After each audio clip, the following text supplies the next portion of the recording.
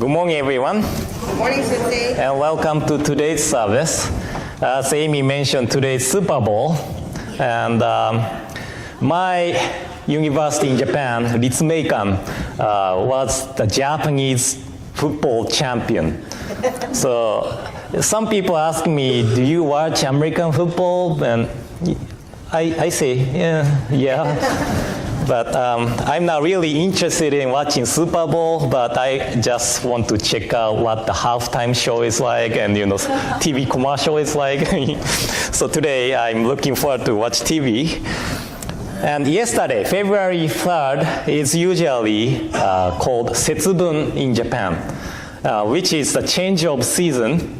And there's a tradition of throwing beans to the og with saying, Og, go away, good luck, come in. Og, go away, and good luck, come in. And of course, there are no real ogs, but usually it is father's job to put the mask of og on, and family members throw beans to the father. So I guess the father can find out how he's being a good father by how hard the family members throw beans at him, right?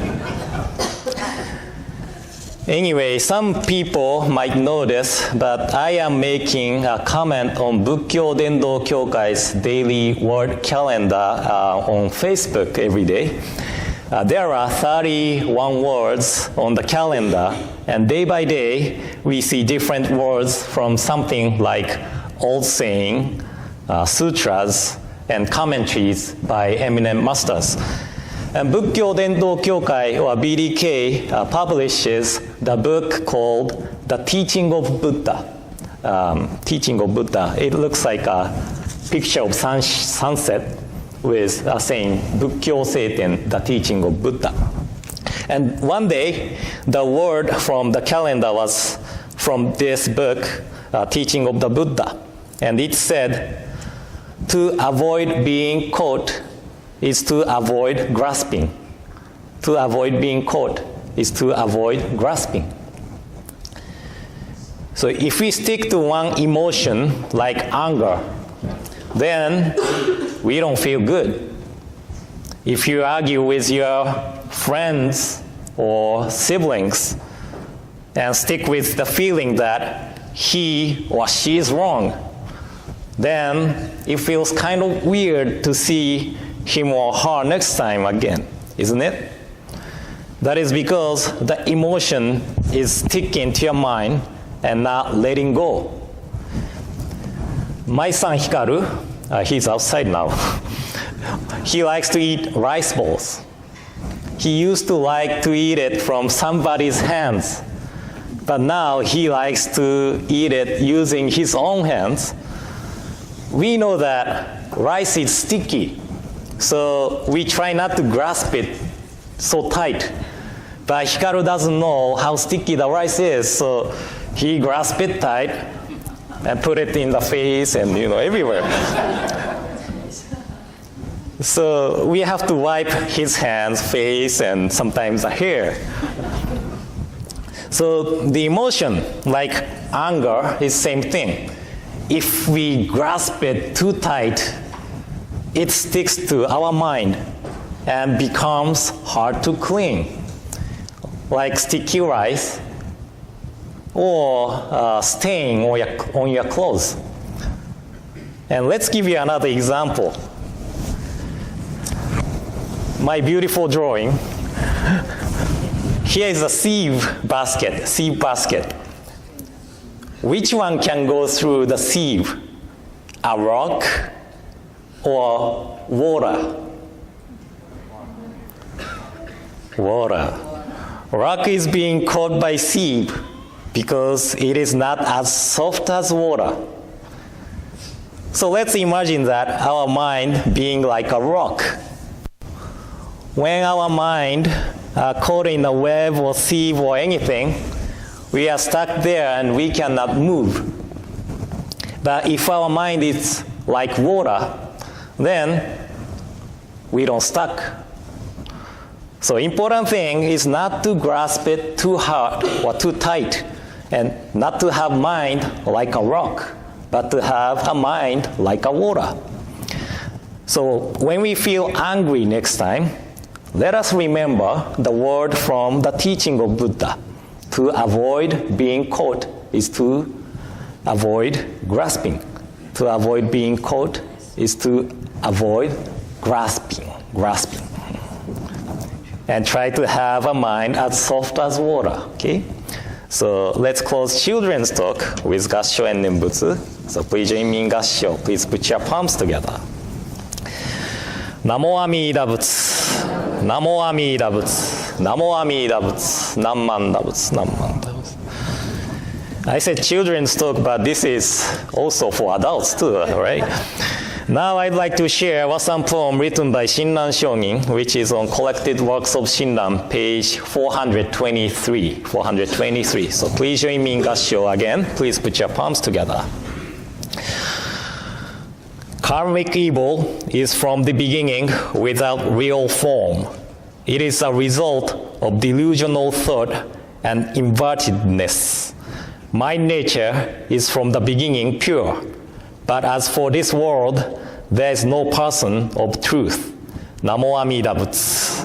Namo Amida Butsu. Namo Amida Butsu. Nammanda Butsu. So there are precepts called 5 precepts in Mahayana Buddhism. And one of them are called false speech. False speech. This is specifically telling a lie to the people that I have awakened, I am enlightened, I am Buddha, without really attaining it. But false speech can be seen in our daily lives too. When we look at the news, there are so many informations, and it is difficult to find out what the truth is. Some people call some media as fake news. But from the media's point of view, what they are telling is the truth. So there are 2 truths in the world based on the judgments of our own.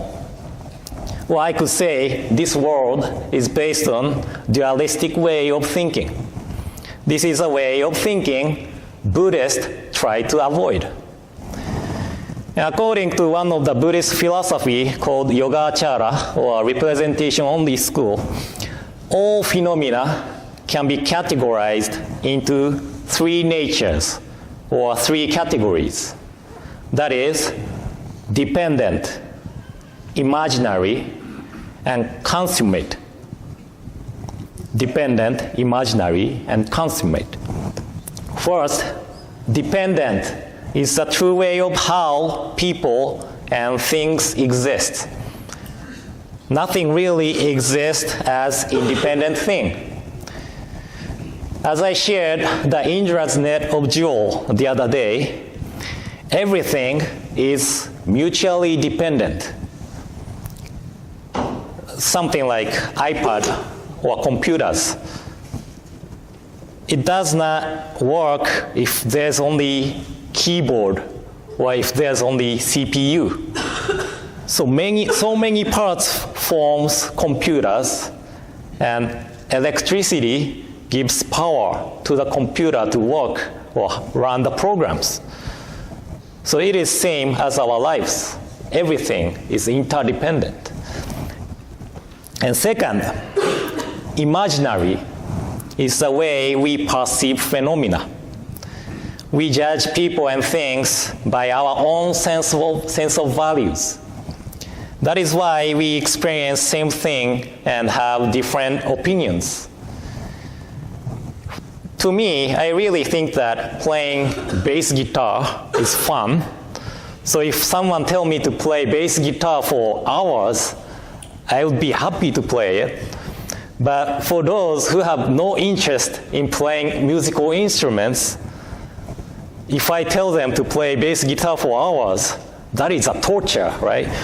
They feel different way, although they experience same thing. And consummate is the absence of imaginary ways of perceiving. So simply saying, imaginary is the way ordinary being perceive phenomena, and consummate is the way the awakened ones see the phenomena. And in one of the sutras called Vimalakirti Sutra, there is a depiction. The Buddha stamped his feet, then the world started to shine like a gold. And when he stamped his feet again, the world went back to normal. The world shiny as gold is the world the Buddha is seeing. The world we think as normal is the world ordinary people is seeing. So unless we live this imaginary way of perceiving phenomena, what we see, say, and think cannot be true. Because as I said, it is all based on our sense of values.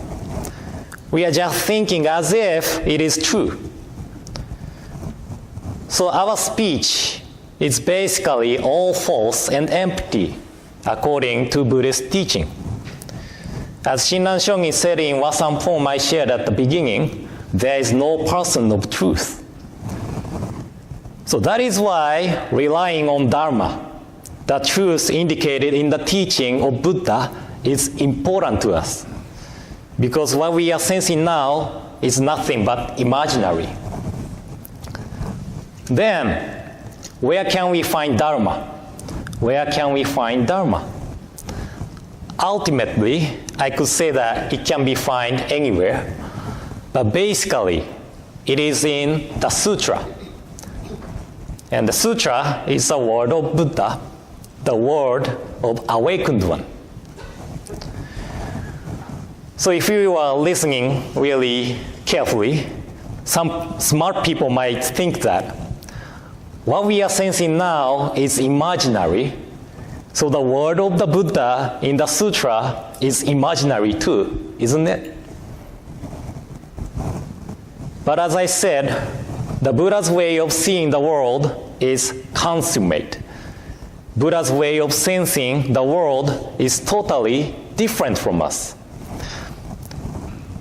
There's one of the scriptures of representation in this school called Mahayana Sangraha, and it said the word of Buddha streamed out from the purest realm of the Dharma.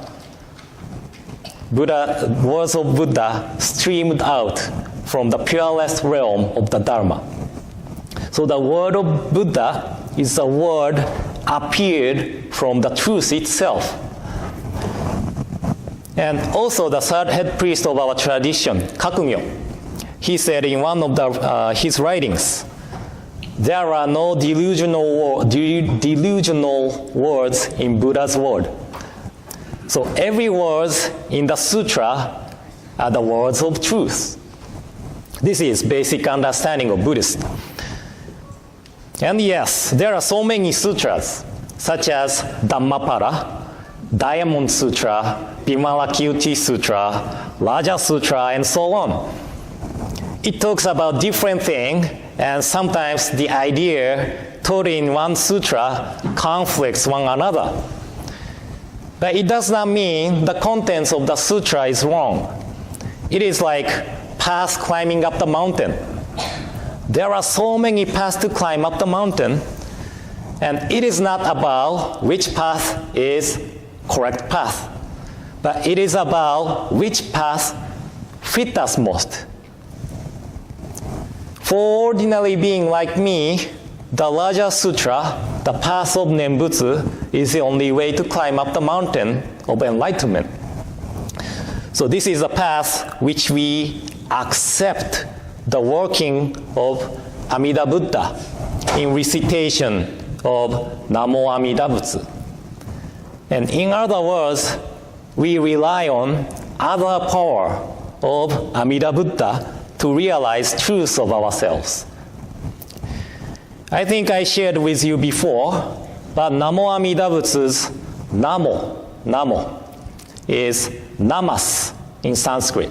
It's not namasu. Namasu means like Japanese food, but namas, right? And namas has a meaning, welcome, welcome. So Amida Buddha is Dharma itself, Dharma itself. But according to Shinran Shonin, Amida Buddha is light, and that light is a form taken by wisdom.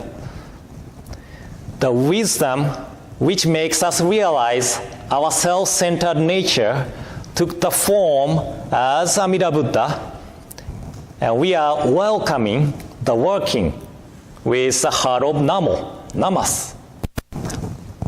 So from our side's point of view, Namo Amida Butsu is welcome Amida Buddha. Welcome Amida Buddha. Welcome and thank you for reminding me of my true selves.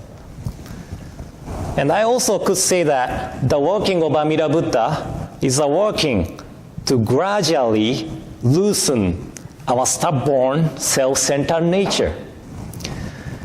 The 33rd vow of Amida Buddha, taught in the Raja Sutra, stated, "When I attain Buddhahood, the sentient beings throughout the countless and inconceivable Buddha worlds in the 10 quarters, having received my light and having been touched by it, will become soft and gentle in body and mind, surpassing humans and devas in those qualities.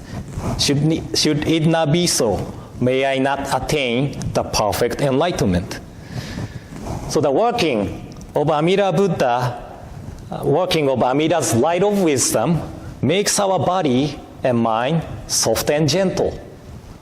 Our mind is usually stubborn like a rock, always thinking about the self. But by encountering the light of wisdom, we are nurtured to be the person who tries to avoid the self-centered way of thinking. So, let us not rely on delusional, imaginary way of perceiving phenomena, but rely on the Dharma, rely on the working of Amida Buddha to make us realize our self-centered nature and accept the working with the heart of Namo, Namas. Welcome and thank you, Amida Buddha. And try to be soft-minded person by keep listening to the Dharma. Okay? So thank you all for coming today. And in closing, please join me in Gassho. Please put your palms together. Karmic evil is from the beginning without real form. It is a result of delusional thought and invertedness. My nature is from the beginning pure. But as for this world, there is no person of truth. Namo Amida Butsu. Namo Amida Butsu. Namo Amida Butsu. Namanda Butsu. Namanda.